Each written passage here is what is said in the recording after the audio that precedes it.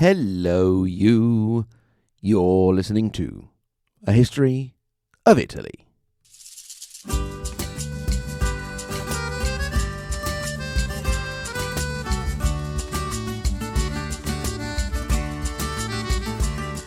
Episode 181, Cesare Borgia Flying High, 1501 to 1502. Lasci i colli nelle valli, tra due salici piangenti, io ritrovo la speranza di un amore che ormai fu. We last left Cesare Borgia waiting for us to see the second phase of the Italian wars through to the victory of the Spanish for the Kingdom of Naples, and then to hear about the famous challenge of Barletta. We don't want to keep a Borgia waiting too long, so let's get back to him. We last saw him in September of 1501, after he had led the siege of Capua. He was then given a pat on the back and sent off, so he popped into Rome to see Daddy for a bit. As he was leaving Naples, he managed to escape an assassination attempt thanks to the ever-loyal, personal, dirty job doer Michelotto Corella. He also had time to think about his organization and strategy. It had turned out that as well as being good at conquering things, Cesare was also a decent administrator. With every new conquest, he would set about sorting out the government of the city and surrounding area and castles, and then shore up the defences. Every city would be left with a garrison and a podestà to administer justice. If the citizens weren't happy with the result of their judicial proceedings, they could take up their case to a higher rota that Borgia had created, made up of 7 to 9 judges who remained in office for a period of 6 months.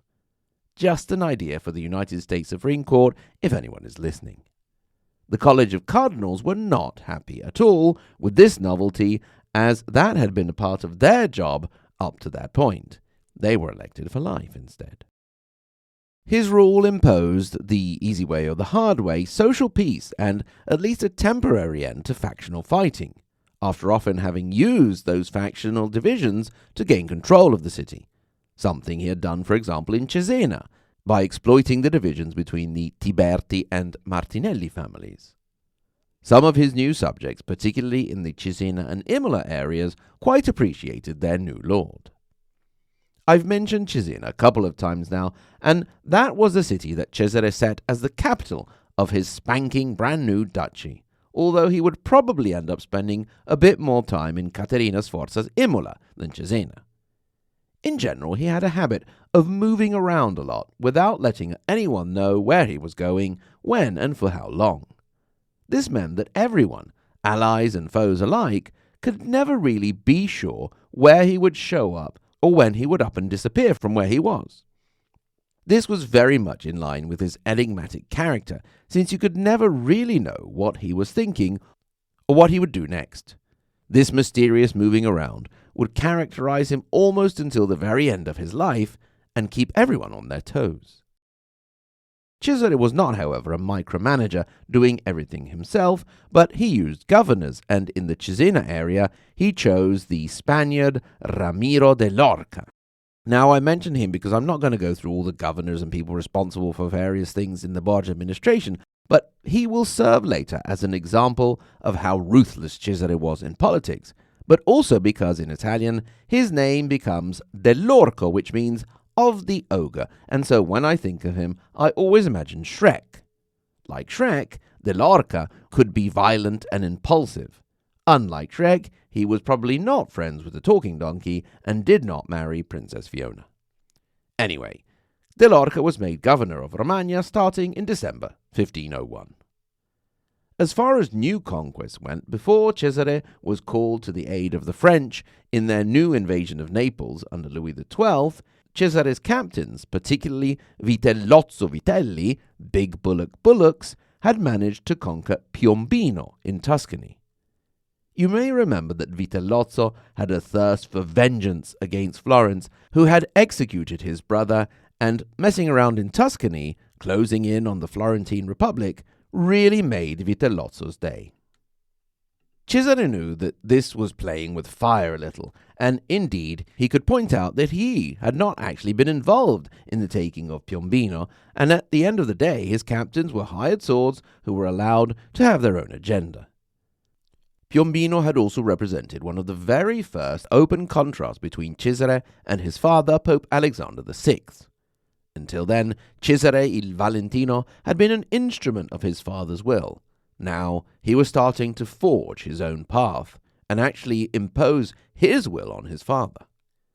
Then again, this may have simply been a show put on to get people to believe the Pope wasn't okay with the whole thing. The whole problem was that Florence was under the protection of the French, and Louis XII was getting a little nervous about the Borgia movements in Tuscany, even if they did officially pass it off as the independent activity of Cesare's captains. For you, my dear constant listener, who is playing the memory match the lords to the territory game, the old lord of Piombino had been Jacopo IV Appiani. Despite any possible disagreement, the Borgias, father and son, decided to take a little boat trip to visit Piombino, and that almost put an end to the story then and there, as they were caught in a violent storm and lost at sea for days. They eventually made it back, but the news had been enough to set off the start of a series of rebellions in the newly conquered lands that had to be put down. In the south, the war between France and Spain was just kicking off, so Cesare had to be cautious for a while to see how things went. That meant concentrating on Rome for a bit.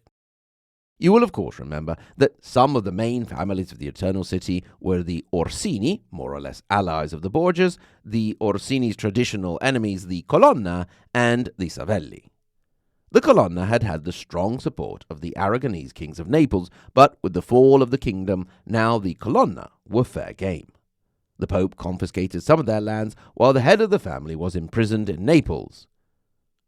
While they were at it, the Borgias thought they would also take some of the Savelli lands, such as Sermoneta and Nepi. Incidentally, the lordship of Nepi went to Giovanni Borgia, the infans Romanus, who may have been the illegitimate son of Cesare and one of his lovers, or Lucrezia Borgia and her lover, the servant Perotto, who had ended up dead in the Tiber. While waiting for the situation to clear up a bit, Cesare indulged in some of his pastimes, which included personally fighting bulls. It was said that he could cut off one of the animal's heads with a single blow, and getting at least 2 women pregnant. He also had some time to follow his intellectual pursuits, although he and his family did support artists, as was the fashion of the Renaissance princes. He in particular was more interested in technical aspects, such as military architecture, siege machines, castles, and fortresses. The period of idleness, at least as far as new conquest went, finally came to an end, and Il Valentino now set his sights on Camerino. Daddy Pope, as always, obliged by claiming that the lord there, Giulio Cesare da Varano, was not a good vassal, and he had been a very naughty boy, and declared him deposed. Camerino, by the way, is in the current-day region of Le Marche, and as far as regions go, we have a little surprise coming up starting in January, so listen out for that. So we said that Cesare was aiming for Camerino, and meanwhile his captains were causing trouble in Tuscany, particularly provoking rebellions in the Florentine-controlled Arezzo and Anghiari. The worried Florentines sent an embassy to Borgia, who at the time happened to be in Urbino. The delegation included a secretary of the Republic who would end up contributing quite a bit to the legend of Cesare Borgia, Niccolò Machiavelli. He was much impressed by Borgia and his highly trained and disciplined military. It was the start of a big bromance that saw Machiavelli so impressed with Il Valentino to make the Signoria, the government of Florence, suspicious of being double-crossed. That particular meeting didn't come to much else, with Cesare claiming once again that he had nothing to do with his captain's activities in Tuscany. So now most were expecting Cesare to head for Camerino. But he then performed one of his about-faces and acts of treachery that kept people guessing so much. Instead of marching on Camerino, Borgia headed for Urbino. We have spoken about Urbino a bit when we did our episode on Federico da Montefeltro. Now, the Lord of Urbino was his son Guidobaldo, who considered himself safe from Cesare, if not an outright ally. Indeed, he was not even in the city defending it, but away participating in a banquet.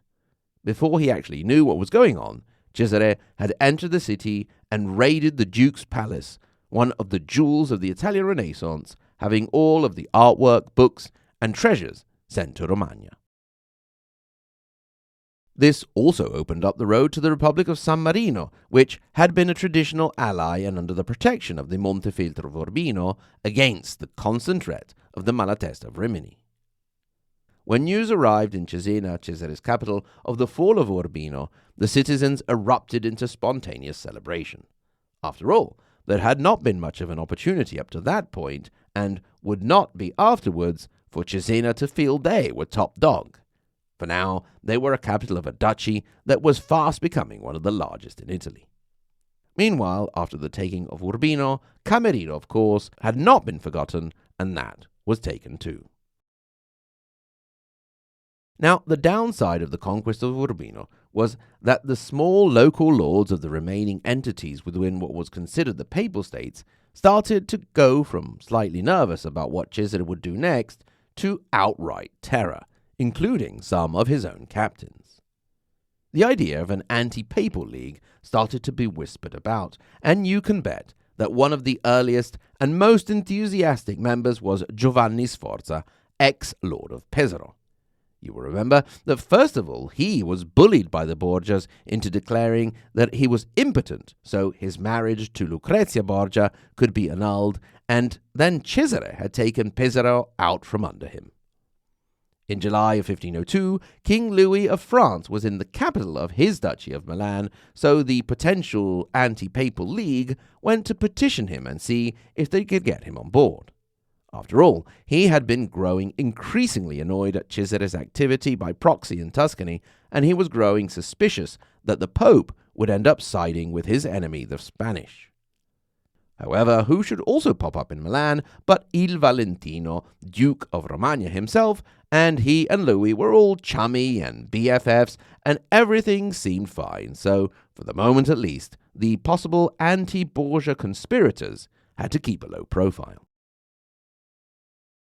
Cesare accompanied Louis out of Italy and managed to avoid yet another attempt on his life and got back to business. He was adding new bits to his duchy continuously. He and Daddy were in full control of Rome and the political scene there. The cash cow that was the papacy was at their disposal, and the lands that had been conquered were now more or less settling down. Cesare Borgia was sitting pretty. He was laughing. Roberto was his uncle, and even better, the Pope was his father. What could possibly go wrong? Thank you very much for listening. A History of Italy podcast is a Sentire Media production created and hosted by me, Mike Corradi, and produced by my wonderful Patreon supporters, whom I would like to thank starting from the first part of the Margherita Hack and Galileo Galilei level, and they are Alison H., Amanda D., Annie, Anthony G., Karsten M., Catherine C., Silane, Cindy M., DB, Dean V., Demetrio M., Dennis S., Dominic T., Edward J., Emily B., Eric W., Evian B., Federica R., Gabriel S., Greg, Gunnar, and Ignazio.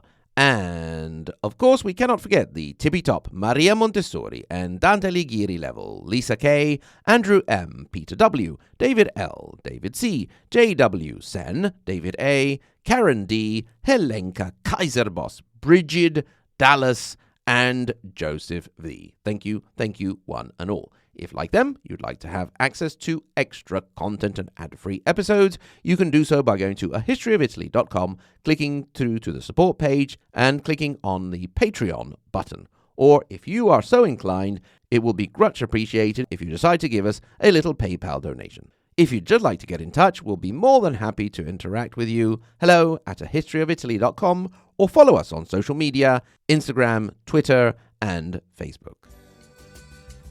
Once again, thank you very much for listening, and until next time, arrivederci.